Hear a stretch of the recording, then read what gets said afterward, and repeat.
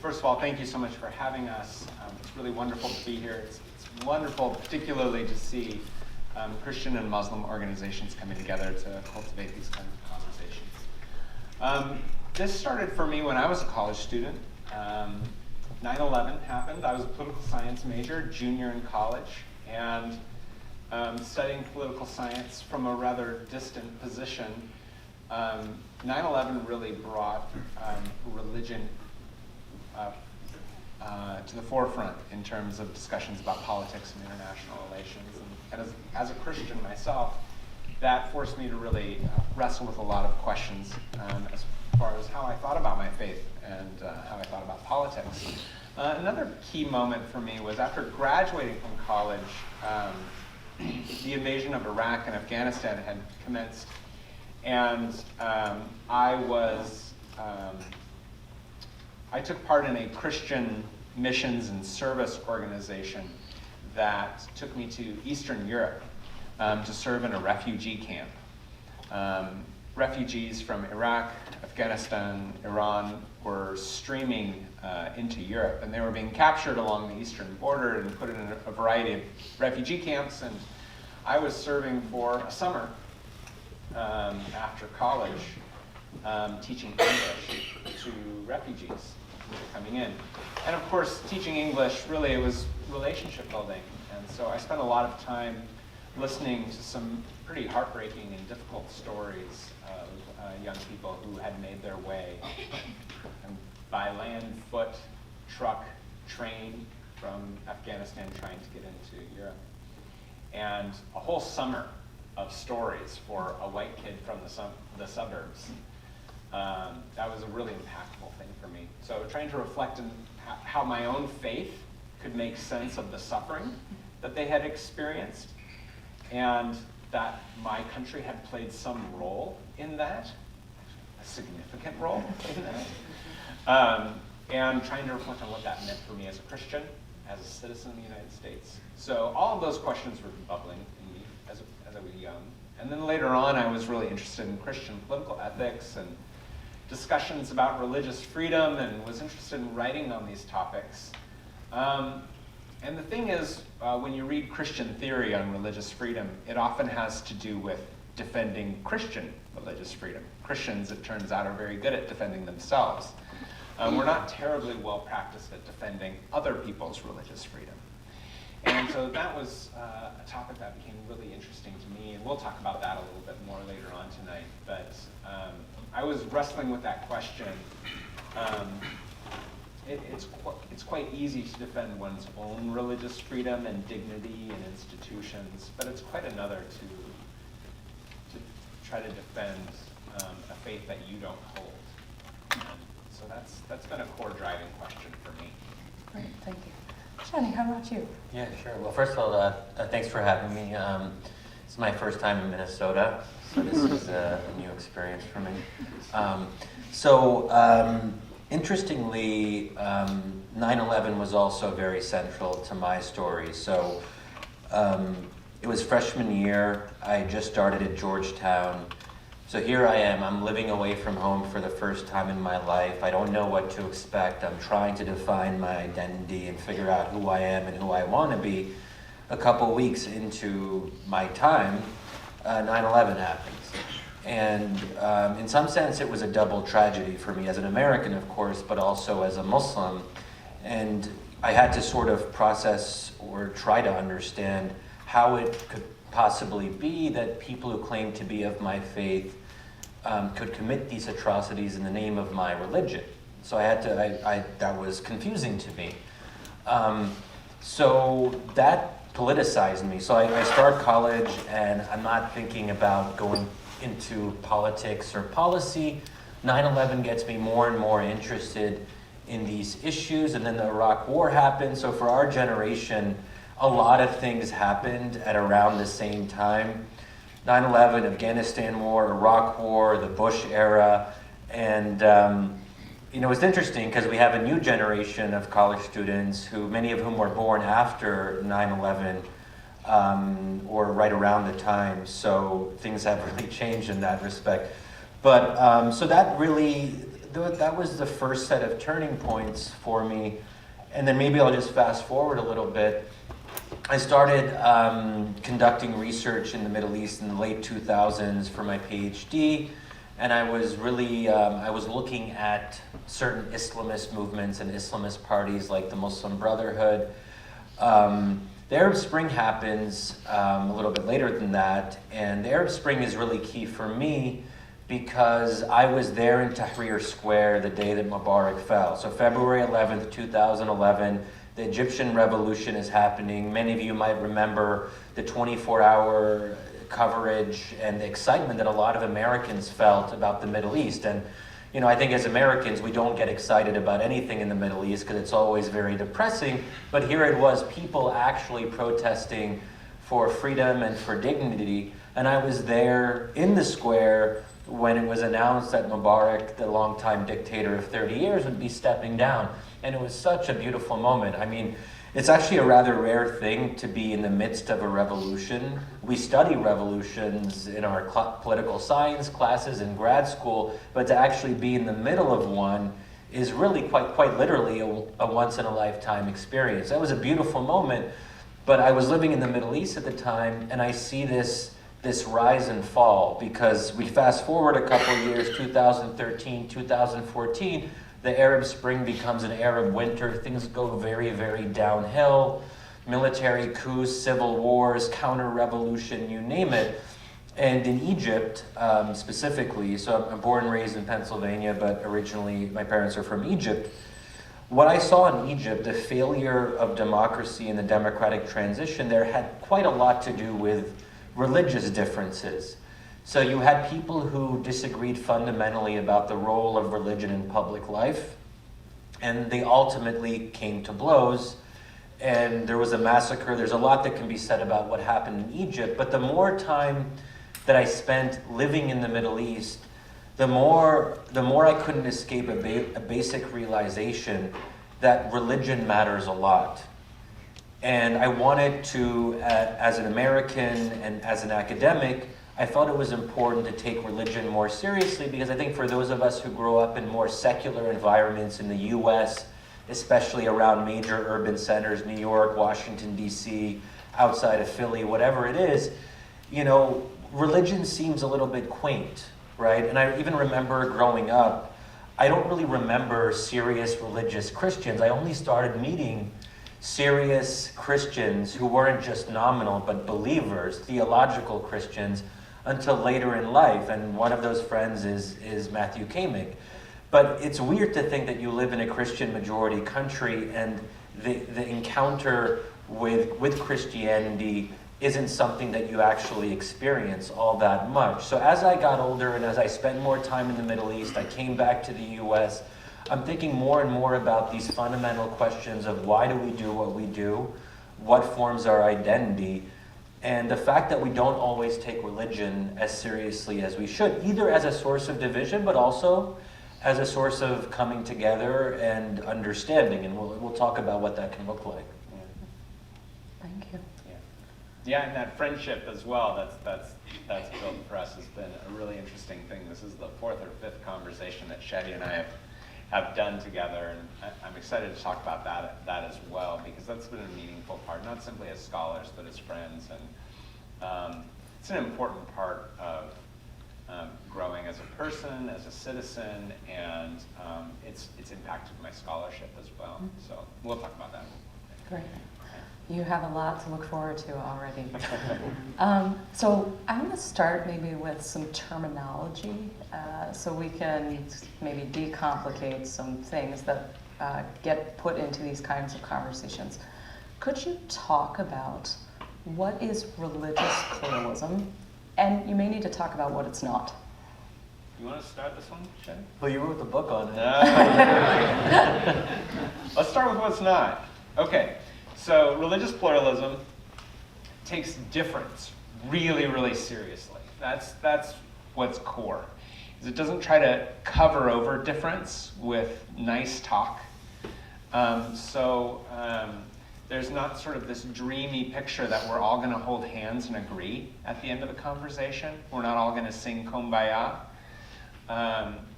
It's also not any kind of search for peace through assimilation. So we're going to have peace if you become like me or if I become like you. That it doesn't see difference as a problem that needs to be solved at this table, right? Difference is something we get to explore and talk about, but the point of this conversation is not to erase the difference between us, but actually to take that difference seriously. So it's not a call for assimilation. And that's really core. And so what we talk about a lot with the Center for Public Justice is this idea of principled pluralism. And there's two basic rules for principled pluralism. The first is that you take one another's principles seriously, and you don't try to destroy those principles. But also that you are free to hold to your principles in a deep way. So there's those two things: this active generosity for other people's pluralism, for other people's principles, but also out of your own convictions. So I am hospitable to my friend Shadi because of my core conviction about who Jesus is and what Jesus has done for me. I am a Christian. And my Christian convictions don't cause me to want to assimilate him into me or force him to agree with me. But because of my relationship with Jesus, I feel compelled to make space for him in America as a citizen. And so my pluralism, my tolerance, doesn't come from a place of nowhere. It actually comes from my Christian faith. So in order to be a good democratic citizen, I don't have to sort of put my Christianity to the side, but live them. Yeah, and to kind of piggyback on that, for me to uphold pluralistic ideas means that I can and should have a deep respect for Matt's conviction in Christ. I don't want him to dilute that or soften that. And it means too that I don't have to have some interfaith opening prayer at a dinner. Like, if you're with people who believe in what they believe, that you respect that they're going to be fully true to that. You don't ask them for this kind of meeting halfway, which dilutes both faiths. So that, but I'll just also add an anecdote is, and this I come back to this story a lot because it really crystallized something that bothers me. But basically, you might remember this in, I think it was 2014 or 2015 on the Bill Maher show. They were having a debate about Islam with Ben Affleck, the actor who you all probably know, and the host Bill Maher, and the new atheist philosopher Sam Harris. And Sam Harris and Bill Maher are saying things that are not too friendly towards Islam, and Ben Affleck comes to defense of Muslims, to our defense, and that was at a time when I wasn't used to seeing Muslims and Islam defended on national television. It happens all the time now because we've become more mainstream and part of the cultural discussion and all that. But in 2014, that was still relatively rare. And here's Ben Affleck, one of the most famous actors. He says something like, Muslim, basically along the lines of, Muslims are just like us. They want to raise their kids and live good lives. And he said, literally, he said, Muslims like to eat sandwiches too.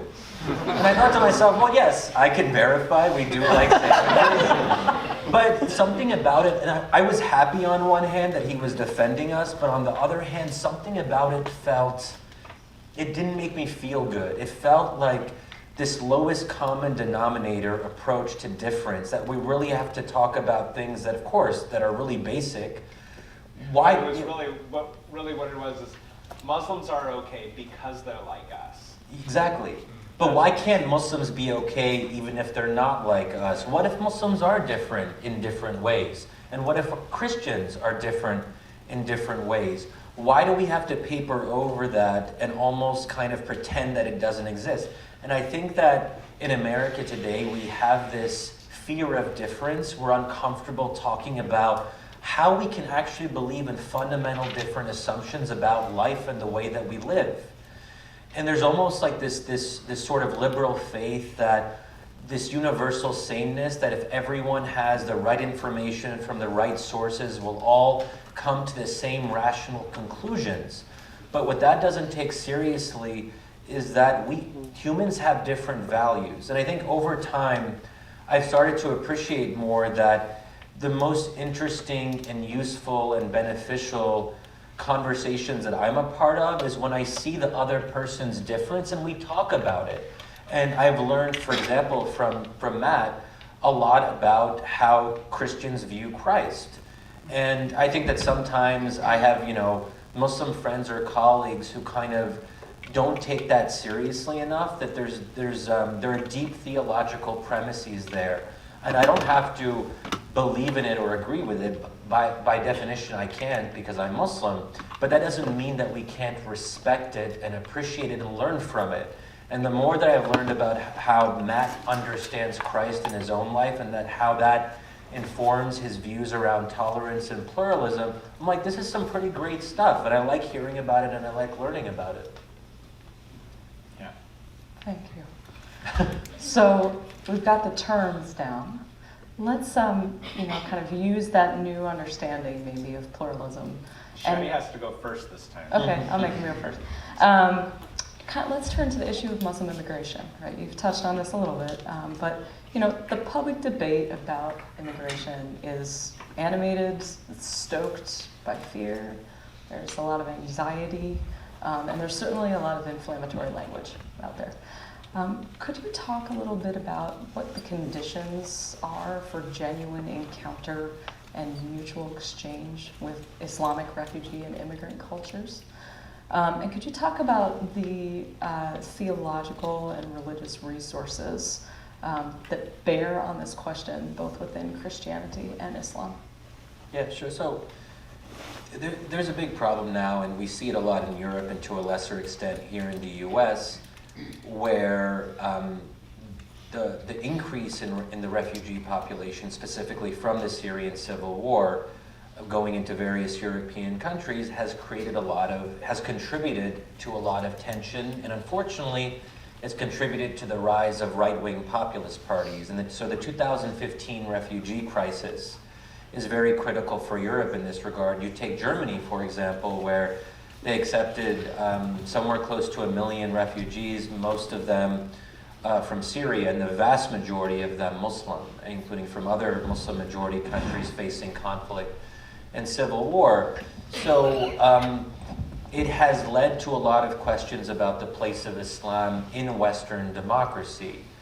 And for countries, especially in Europe, that are more homogenous and less diverse than, say, we are in America, and they don't really have this culture of immigrants come, where I guess, at least in theory, I think many Americans still acknowledge that we're a country of immigrants. And even I think, believe it or not, it's really interesting to think about that even the First Lady is an immigrant. And the president's mom was an immigrant. So even if we talk about anti-immigrant ideas coming from Donald Trump and the Republican Party, still, they're Marco Rubio, a child of immigrants, Ted Cruz, so on and so forth. So I think that most people would acknowledge this as important. In Europe, not as much. And then there becomes this question about Muslims seem to be more religious, more observant in countries like France or Germany, where there aren't that many serious Christians anymore. Most people have become secular, levels of atheism are quite high. To take France as an example, around 55% of French Muslims say that religion is very important in their daily life. For the rest of the population, the number is around 10%. So then there comes this question, if Muslims aren't really getting on board with secularism in a Western context, can they really belong? And how do we deal with that kind of difference? And if women, and I'm sure, Matt, you'll want to say something about this too, because you've written a great article about it, but if women are wearing the headscarf in a very secular society like in France, that really seems like a weird, foreign, bizarre thing, and you can't really be fully French if you wear the hijab, because the French because French culture sees you as, oh, you're not secular enough, you're backwards, you're part of this old religious culture. So in Western democracy, the role of Islam, even though Muslims are a fairly small percentage, so in France about 7 or 8%, in other European countries between 1 and 5%. So we're not talking about massive numbers, but because they seem different and because many Europeans have trouble with difference, we have a bit of a crisis. And so that's why this is very important, and conversations like this are vital, because this will be a really important test for Western democracies going forward, is how do we deal with the other? If Muslims are the other, do we want to force them to become secular? Do we say that, oh, you have to give up your religion? Or do we say, you can become French and keep your traditions? You can become French and keep your religious practice instead of having to choose between one or the other? So it really comes down to this discussion of difference, right? And with globalization, difference is coming at us quickly. This difference is deep, and it's very close to us. And so we're having to navigate, as citizens in the West, difference at a very rapid rate. And so that calls on us as citizens to ask ourselves, what resources do we have to sit down at a table next to a Republican or a Democrat, or next to someone of a different skin color or a different religion or a different sexual orientation? Can we sit with this deep difference? Do we have resources to make space for that? And the thing about democracy, or liberal democracy, is that it does not produce in and of itself resources to hold us together. So the United States of America has the financial resources to support hundreds of thousands of refugees, right? We have the financial resources to do something like this. But do we have the spiritual and cultural resources necessary to make space? That's the deeper question. And it's one that's happening in Western Europe with the rise of populism, is this sense of citizens are running out of reasons to make space for difference. And they've just said, we don't want it. That Muslims either need to go home or they need to assimilate. And those are the only two options, because we want no space. We can't handle this kind of space. Because you have this, in cities like Amsterdam and Paris and Berlin, you have deep cultural, racial, religious, and economic differences living on top of one another. And there are just increasingly European citizens who just say no. We want Germany for Germans, and we want France for the French. And they have a very specific idea of what they mean by that. And so we're seeing this growth of right-wing populism, first in Europe and now increasingly here. So the question for democracy is really, where do you get those resources? And so Christians are having to wrestle with that. Do we as Christians have resources to make space for difference? Muslims are wrestling with that. Jews are wrestling with that. But most importantly, secular liberals are having to wrestle with that and ask themselves, do we have resources within secular humanism and to make space for this and to make sense of these religious others? So it's a massive question. And just to give an example on this, because it does go, as Matt is alluding to, well beyond questions of religion. So some of my friends on the left, and I consider myself to be on the left, I generally vote Democrat and all that stuff, right? So, and being in DC, most of the people I know are pretty liberal.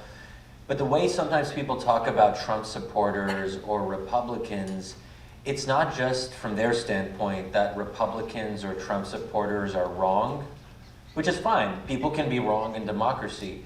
It's that there's something fundamentally immoral and deficient about them. They are bad people. They are, even in some sense, if not evil themselves, supporting evil.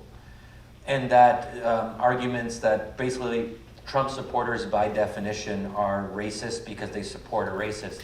So I think that That's become a whole debate on its own, and I think it's unfortunate because if Trump has, and it's gone up since impeachment, it's gone like from 40% to 49% approval rating for Trump since impeachment, that's where we're at. So to think that 40% plus of our fellow American citizens are evil or bad or irredeemable, that is also a conversation we have to have about saying, well, we can disagree profoundly as Americans. And I think that the things that you support are really, really bad. But that doesn't mean that you are beyond the pale. Because once we start thinking that way, then we're done as a country. Because then what do we share as Americans? And there are two parties, so generally a big chunk of the population will support the other party. So these are things that we have to kind of keep in mind in our own lives, even if you put aside the Muslim and Islam issue. And one thing that worries me too that's related to this is that the Democratic Party is becoming less accepting of people of religious faith. So for example, if you want to vote Democrat and you basically agree with Democrats on most things, but you're pro-life, or you don't support, or you're not fully enthusiastic about gay marriage, then you're automatically seen as, oh, that person can't really be part of our coalition. That's not a real Democrat because they still have conservative religious convictions that they should go and be with the Republicans. And I think that we have to be careful about that, because when I was growing up, I remember that Democrats were still trying to reach out to people of faith. Obama used to talk about that a lot. I don't hear Democrats talk so much about that anymore. And if we're becoming stratified where one party has most of the people of faith and the other party has mostly secular people who are not particularly religious, then you get into this kind of scary territory that we're just becoming more and more separate from each other. Okay, Shadi. Absolutely. All right, Shadi, but part of the question was about Islam's resources for dealing with this. Could you tell us just a little bit, as a Muslim, how you enter into these kinds of conversations and you think about what resources you find within Islam to help you navigate this difference or this contingency? Yeah, sure. Well, so it's your work, Matt, that has thought. So Matt introduced me through his book and through our friendship, as we've talked over the past couple of years, this idea of Christian pluralism. And I hadn't really thought much about what I would consider to be Islamic pluralism. I knew that there were different components, but that's not really a phrase. And even Christian pluralism isn't a very well-known phrase either. The idea, and Matt, you can feel free to talk more about how you view Christian pluralism, but as a Muslim, I found this really fascinating. The short version, as far to the best of my ability of what Christian pluralism is this idea that we are all broken by sin. We are fallen from sin. And that brokenness in this life and in this world means that we have to be humble about the level of truth and certainty we can attain in this world. That perfection... Just a second. All the Christians, did he do a good job of describing sin there? Yeah? Okay. Good job. Yeah. Keep going. But then also... So the sin. Yeah, that also Christ is central to this in the sense that perfection is only possible with and through Christ. And until Christ's return, there is this uncertainty that is endemic to our own existence here as fallen human beings. What that means is that if perfection isn't possible here and it's only possible in the next life, then that means that politics is about making at least some compromises. It's about understanding rather than forcing one particular view on the other. So this idea of Christian pluralism that Matt has written a lot about in his own work, first of all, I love the idea of being broken by sin and how that leads to a kind of epistemological humility, because we need that truth is something that is not, it's a little bit out of reach. We can seek truth, and God encourages us and asks us to search and seek the truth, but that doesn't mean we can always find it. So I thought, like, what is the corollary of that in the Islamic context? And there's a couple examples. I just mentioned them quickly. So in the kind of medieval era, but people still do it to some extent even now. You've probably heard the word fatwa, which is a religious edict. It usually has a negative connotation in American public discourse because bad people give bad fatwas, so on and so forth. But fatwas can also include good things because they're just religious edicts, so whatever. But anyway, it was a tradition and something that every scholar of Islamic law would do, and every imam would do if they were giving a fatwa. They would have a very strong opinion, but then they would have a final sentence at the very end, Allahu A'lam in Arabic, which means only God knows. And the reason they emphasize this at the end of every religious edict, they were essentially declaring their humility, that they tried their best in this fatwa. They brought all the knowledge they possibly could to bear, but at the end of the day, with all their learning and scholarship, there is only one source that has full knowledge, and that source is God. So they're acknowledging that they could basically be wrong. Another example is there's a prophetic hadith, or saying of the Prophet Muhammad, that so mujtahid is someone who tries to basically interpret Islam and Islamic law. So if one interpreter or mujtahid seeks the truth and gets it right, he gets 2 good deeds. If the other mujtahid or interpreter tries to seek God's truth but gets it wrong, he gets 1 good deed. So both of them are rewarded by God. So in other words, the basic idea here is that if you're right, great, you'll get, that's still kind of better. But even if you get it wrong, as long as your intention is sincere and you're operating in good faith, if you will, God still rewards you. So this shows that there can't, in some sense, there isn't one right answer. Obviously on creedal matters that are fundamental, Muslim scholars agree on the basics, otherwise you wouldn't have a religion. But on things that aren't the foundation, that's where there's a deep pluralism that's there in the tradition of Islamic law. And many of you might know that there are 4 major schools of Islamic law, which again is sort of a sign of how this pluralism evolved legally. But you want? But how Christian pluralism? Do you want to say something more about it? Well, let me interrupt you and ask you a question, because I think one thing that's happened here that's important just to name is that part of what is the work that both of you have devoted yourselves to is something that is replicable, right? There's a commitment to religious literacy here, right? One part of that is knowing oneself and what oneself believes, right? The other part is knowing what someone who is not like me believes. I mean, Shadi was able to talk about sin in a way that Christians in the room were like, yes, that's what we mean when we say this. I think those pieces are incredibly important before one gets to, okay, what can we do together? How do we protect one another? Or how do we even move from kind of what I would almost say is a lowest common denominator of sort of coexistence to something like civic friendship?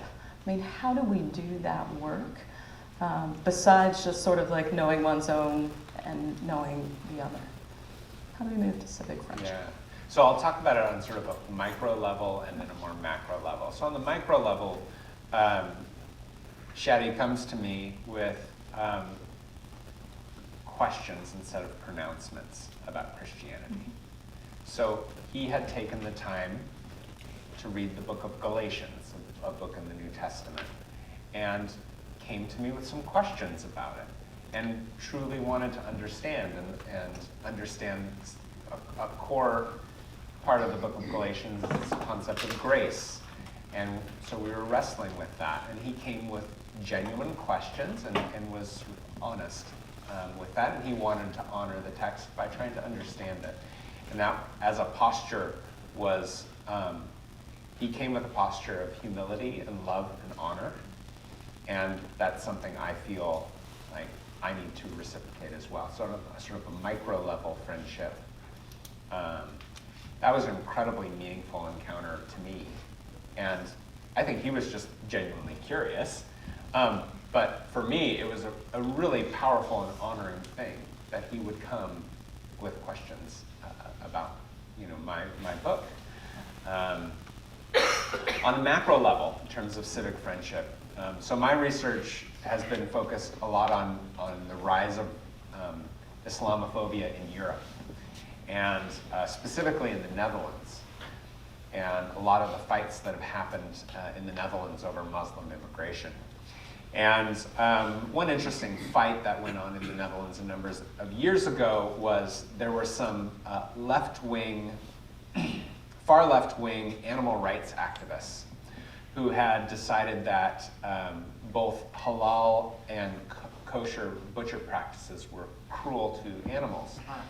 And so they wanted to ban, in the Netherlands, all halal and kosher butchers. And what happened in response was quite fascinating, was a group of Muslims, a group of Jews, and a group of Christians all came together in that civic moment to defend one another. It's not often that you see Muslims, Jews, and Christians coming together, but here it was a group of animal rights activists that helped them come together.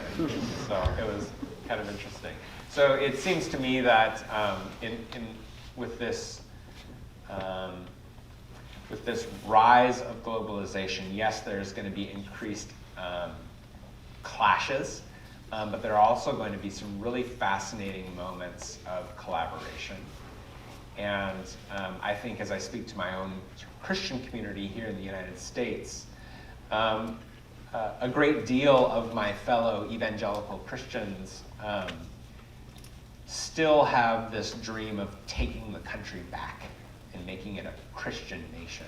And it seems to me that evangelical Christians in Europe have a minority status. And they know what it is to be a strange community in a much larger secular culture. And there are these points at which Muslims and evangelicals in Europe can actually understand each other in deeper ways than their more secular fellow citizens, in really fascinating ways. So one last thing. Yeah.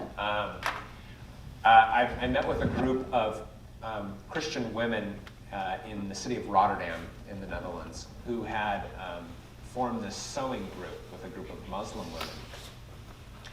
And they would sew together, and as they sewed, as you do, I guess you talk. And so they'd sew around the table, and they found as they sewed, they would talk about their children, they would talk about their husbands, they would talk about the city, but they would even begin to find themselves discussing Dutch secular progressive culture.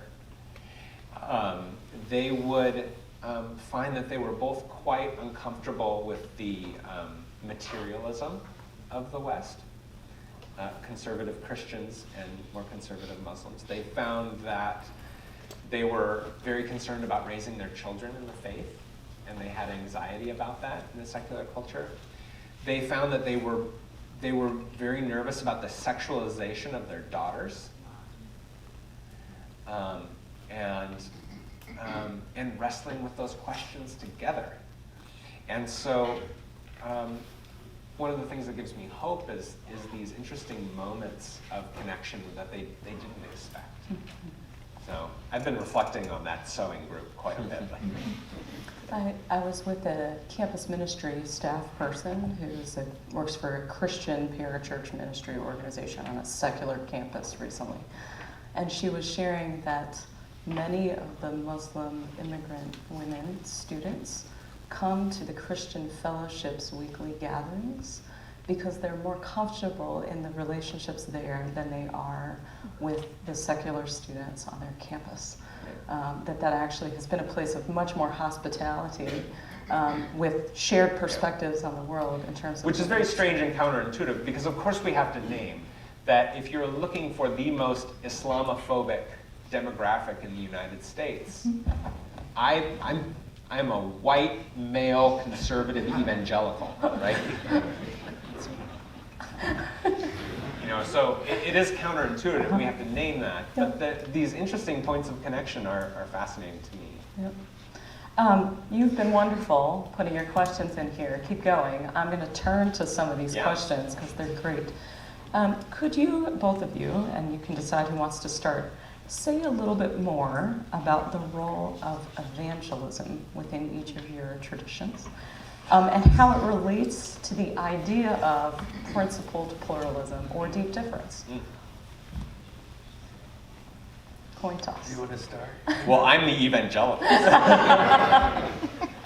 Well, I think it's core to our identity as Christians, telling the story of what happened at the tomb of Jesus' resurrection is core to what it means to be a Christian.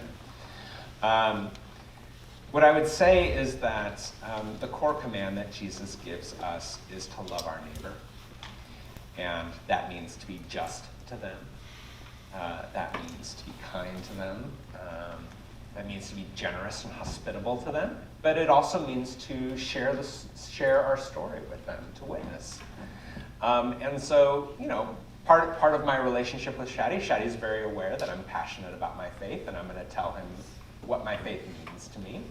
And I don't think that bothers Shadi at all. He expects it. I think if I didn't, he would be offended because, well, I'm not going to speak for Shadi anymore, but yeah, of course, telling what Jesus has meant to me in my life is core to who I am. And if you ask me not to do that, that's, well. Can you relate it to the idea of principled pluralism? Oh, yes, principled pluralism. Principled pluralism, as we said, it doesn't mean ignoring differences. We can talk about it. Within principled pluralism, you can have deep disagreements. In fact, that's part of what makes democracy healthy, is actually that active contestation as well, practicing that. What's very deadly for democracy is the suppression of difference, because then things start to bubble up, and then they bust out people in really violent ways or aggressive ways. And so part of practicing democracy is telling our story to one another. So we use this word evangelism, and it's this sort of scary word, but I would also say that there are secular liberals who engage in forms of evangelism every day. They make arguments for their worldview every day as well. So I think the term itself needs to be deconstructed a bit as well. I think in a democracy, everyone is engaging in evangelism in that sense. Yeah, so it's interesting for me, and because I'm Muslim, but I'm not evangelical in the kind of small e sense, that I actually, I maybe growing up or something when I was, a little bit more conservative, I thought about this sometimes, but I don't like the idea personally of Muslims going out and trying to convert people. But that said, I know many Muslims who feel that that's important, and I think then it becomes a question of style and how you do it. And there are some kinds of proselytization that everyone should stay away from, which are really the aggressive kind. You sort of probably know what I'm talking about. You've seen people who use this aggressive approach. I would also say I don't like it when people, I'm not comfortable when my fellow Muslims will tell a Christian, hey, by the way, you're wrong about Jesus. And Jesus actually, was just a prophet, and here's why, according to your scripture. And then this Muslim person will come up with passages from the New Testament. So sort of like Muslim-splaining to a Christian about what their book says about their religion. Because I don't want Christians to do that to me. I wouldn't want a Christian to come and say, hey, Muslim person, Shadi, here, you're wrong about your own book. The Quran actually says X, Y, and Z. You don't realize it. That's the stuff that all of us, I would hope, can agree to avoid. But I still have to say, this is probably evidence of the fact that I have become somewhat secularized, that I have become uncomfortable with proselytization. So I guess that in some sense I'm a product of my own secular context. But I agree 100% with Matt. I would never want Matt to soft pedal his beliefs. I wouldn't want him to be like, hey Shadi, by the way, you believe in a false prophet. That's not what we're talking about here. That wouldn't fit into principled pluralism. But if I can feel and sense the passion that he has for his belief in Christ and what that means to him, there's no reason that I should feel bothered or threatened by it, because he is just sharing what he believes to be true, and all of us should feel that we can share what we believe to be true with the people that we care about in our lives. And if we can't do that, then we're doing precisely what Matt said. We're suppressing who we are. And I don't believe that people should suppress who they are in a free democratic society. So there's something implicit in this conversation that I want to just make explicit. You are talking not just on you used micro and macro earlier, the civic friendship as relationship. You're not just on that level. You're actually also talking about the work of government in protecting the space for you to make different truth claims. And not deciding that one of you is right and one of you is wrong, which actually makes you more free to be able to say, I believe this is the truth. So it gives generativeness to the resources that you actually bring from your own traditions to say, I'm willing to extend this hospitality to you and not use the force of government to suppress you. And we will be who we truly are rather than kind of the lowest common denominator, plain vanilla, right? That makes folks who are quite animated by evangelism more free to make their case for the truth. And do it in a way that is not offensive and decrying other people, but in a way that reflects the very nature of the faith, where we often find ourselves in situations where the government has essentially said, that's not okay, and either we're going to be secular France and say, we don't believe things here, so we're going to suppress any religious identity. So we can't have those conversations in a way that is productive for the society, that actually builds a democratic balance. And I'll just add to that if you're comfortable with what you believe in theory, not necessarily always in practice, then it makes you more able to let go. And I think there's something very important about letting go and learning how to do that, in the sense of you don't have to convince the other person to take your position or your view. If you feel comfortable with who you are and what you believe, then you can let go, because there are other more important things. If you're a believer in at least the monotheistic religions, or at least some of them, there's a next life. So you don't have to freak out about every little thing here and whether someone's angry at you or disagrees with you, because God expands what's possible. Where it is unfortunate, though, in practice, because we're talking in theory here, but of course we know we're all familiar with religious people who don't act this way and have a lot of trouble letting go. So it's also religious people themselves who have to do a lot of work to actually live up to these ideals, because I would argue, if they are truly at peace and they believe in God and they're comfortable with their belief, then they don't have to be so aggressive and intense and sometimes disrespectful or even intolerant about it. So, but obviously there's a theory-practice gap here. Yeah, and just an important thing as a theologian, the Bible does not say go convert people. The Bible says go witness, tell the story. And so it's not on Christians to go out and convert people, but to be a witness, to tell that story. And that's a critical thing that often Christians miss. They feel as if saving people is their responsibility rather than God's.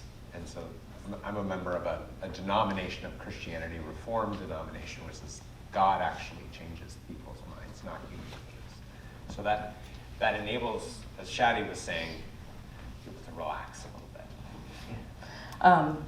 This crowd of people is asking remarkable questions, Okay, so I want to make sure we get to some of these. Yeah, we'll do it quickly. I'm so kind as a moderator, right? Interrupt us.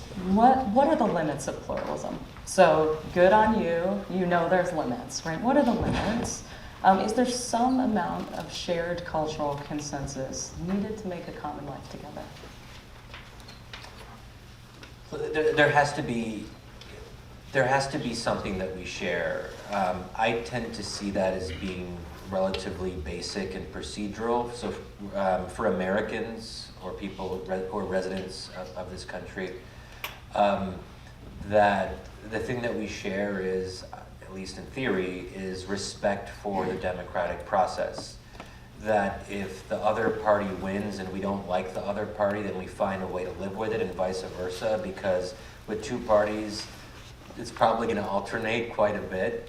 So if you have people who don't believe in the democratic process, then you have a problem, because then there's no way to resolve conflicts over fundamental beliefs. Because if one side, let's say you have someone who's basically theocratic and believes that there should be either a Christian theocracy or an Islamic theocracy or some kind of dictatorship in America, then that doesn't allow for pluralism. The starting premise has to be that we're a free democratic society, and that ultimately democracy is what regulates who has the power instead of imposing power.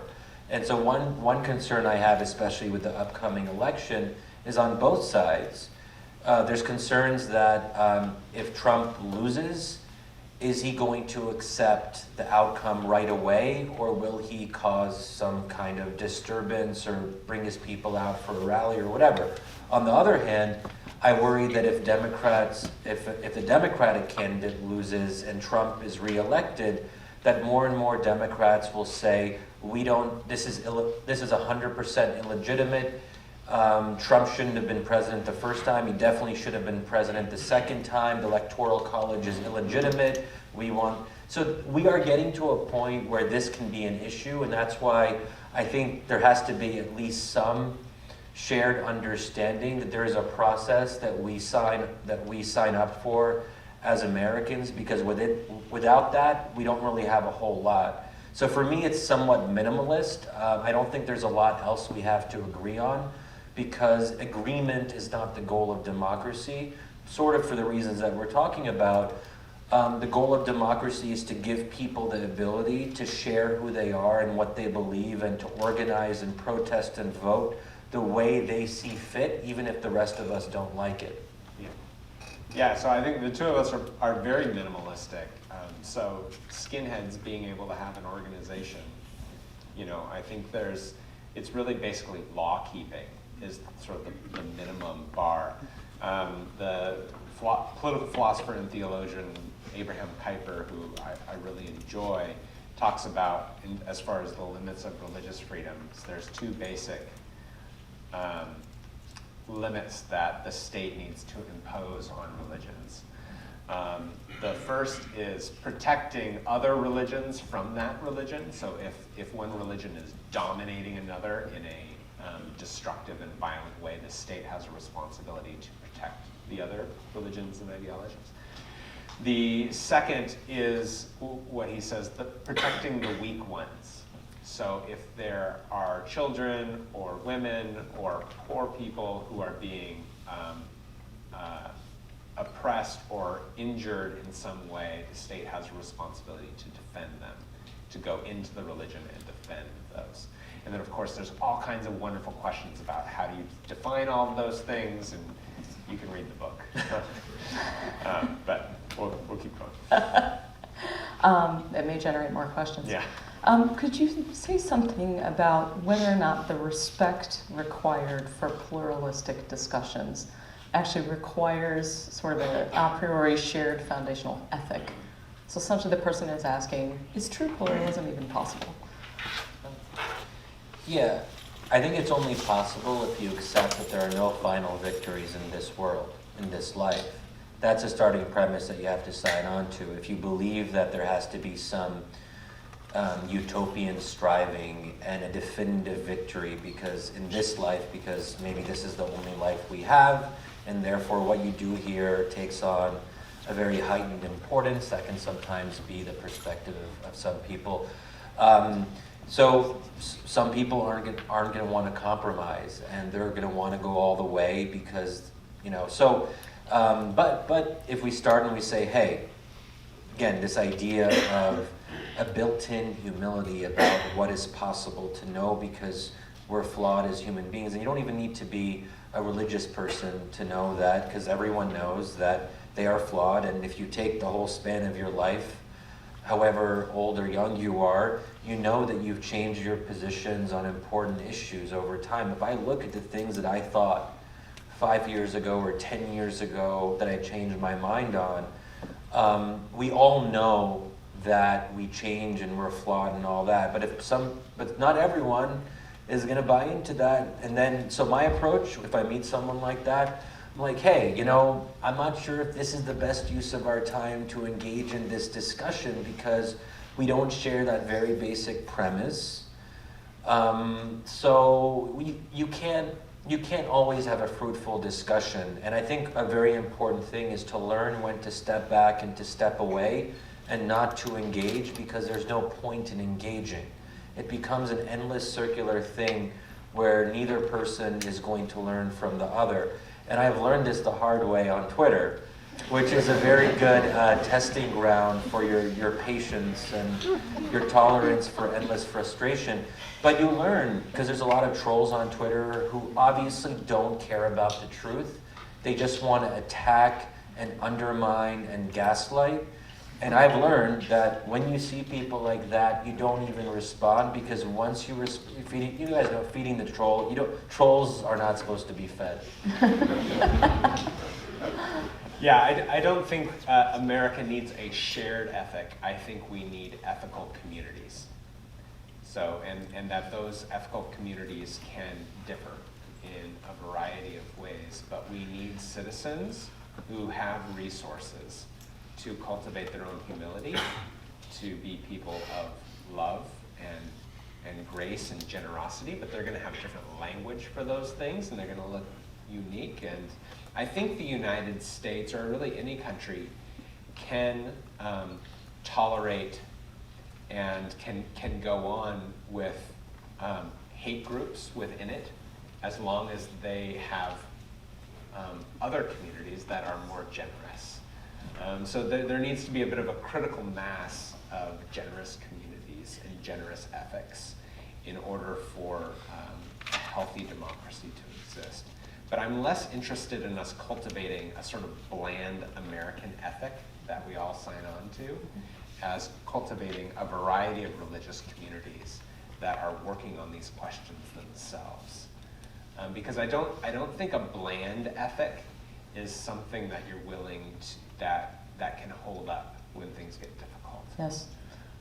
Could you, both of you mentioned, kind of the work in other countries and some of the ways that evangelicals and Muslims have maybe found themselves in relationship with one another.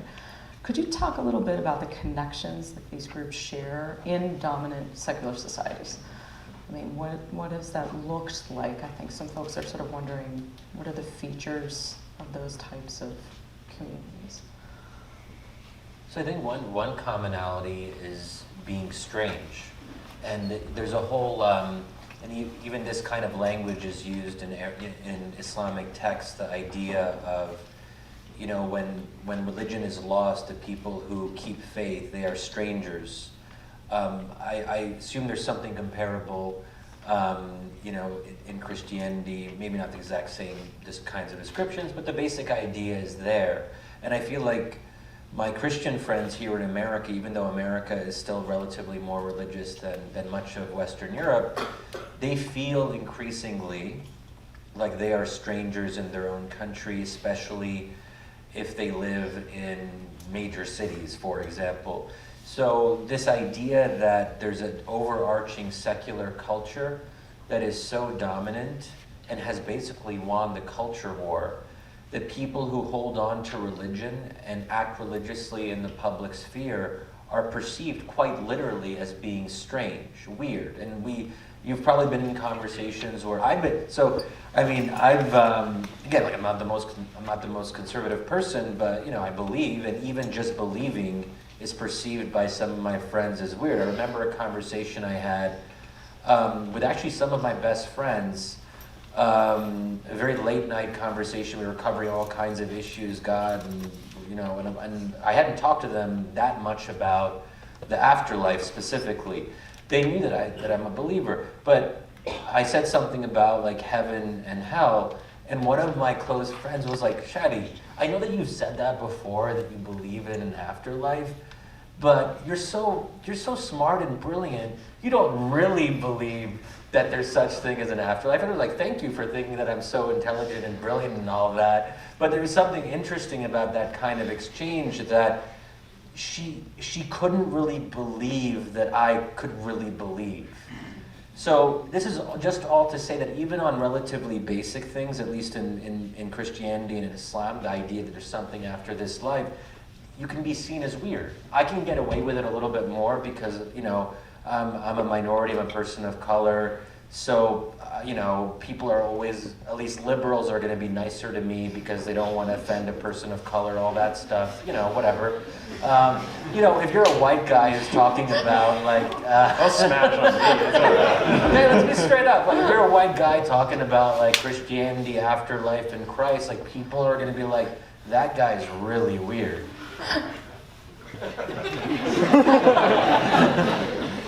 So yeah, the strangeness. In the New Testament, we talk about the gospel being a scandal, like a stumbling block. I wrote this article about the hijab, the headscarf, and how I, as a Christian, I live in Houston, one of the most diverse cities in America, massive Muslim population, and I regularly pass women with a hijab in my grocery store. And I wrote this article just reflecting on the headscarf as a gift to democracy, and in that the strangeness of it causes other democratic citizens to reflect on their own strangeness and to be aware that we are not all the same and having to reflect on those kinds of questions.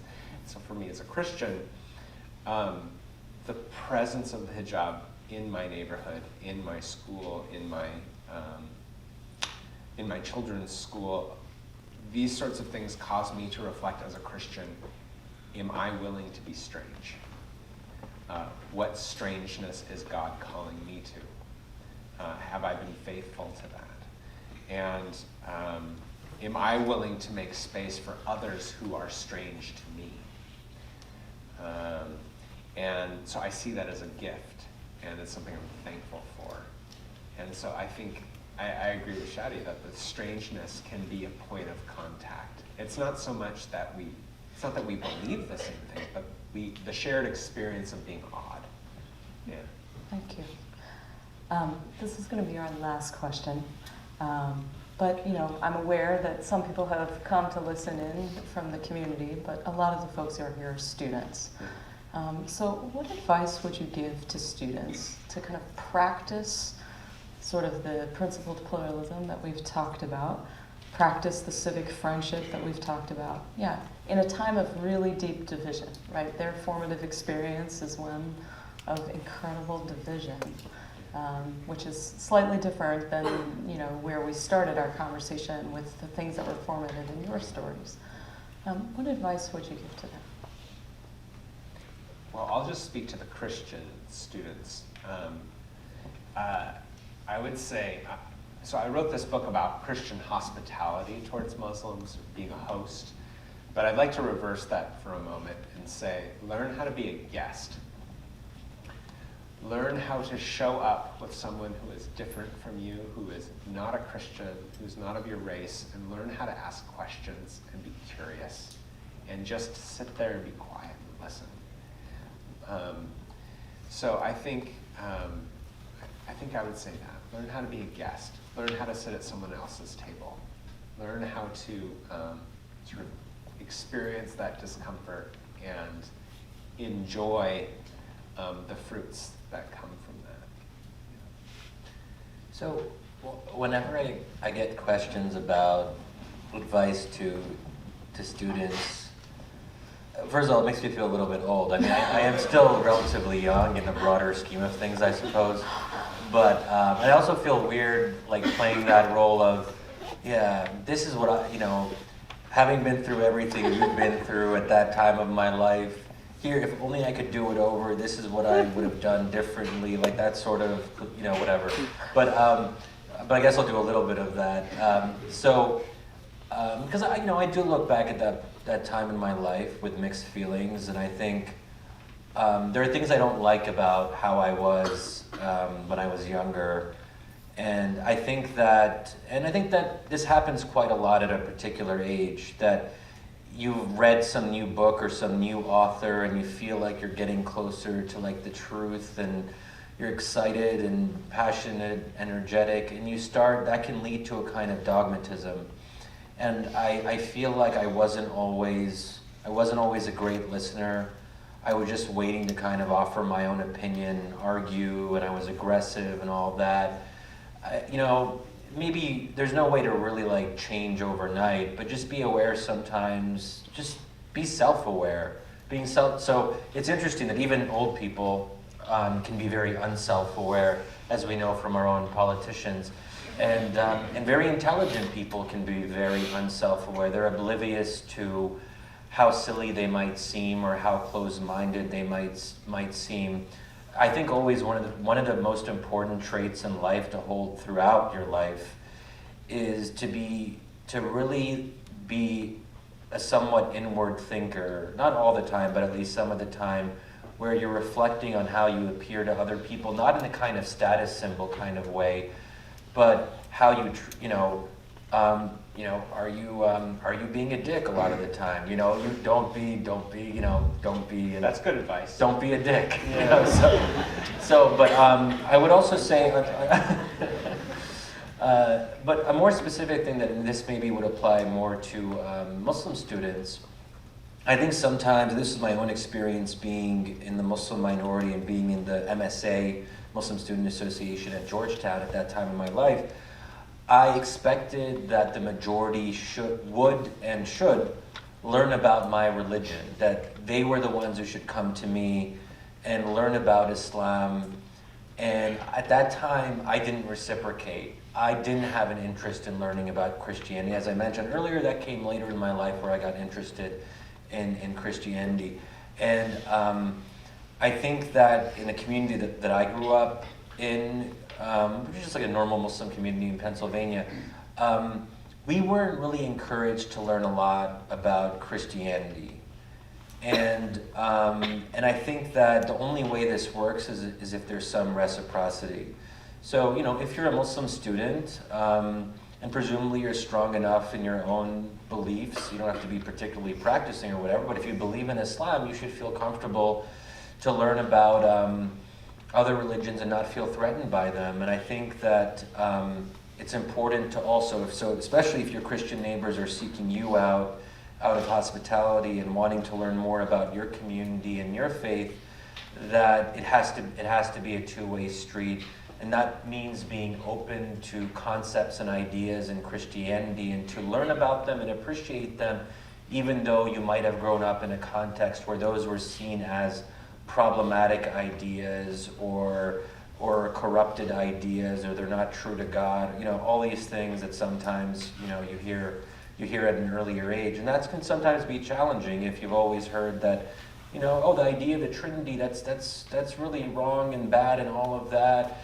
And we don't even want to engage with conversations about the Trinity. No. I think the Trinity is complicated for Muslims to understand, but that only makes it it makes it a richer experience. And that's what I've found. I still don't understand the Trinity, but I really didn't understand it like 20 years ago. And I think that I like hearing about it. I like hearing Christians describe it to me, because it feels in some sense strange, but strange in a good way, and I learn from strangeness.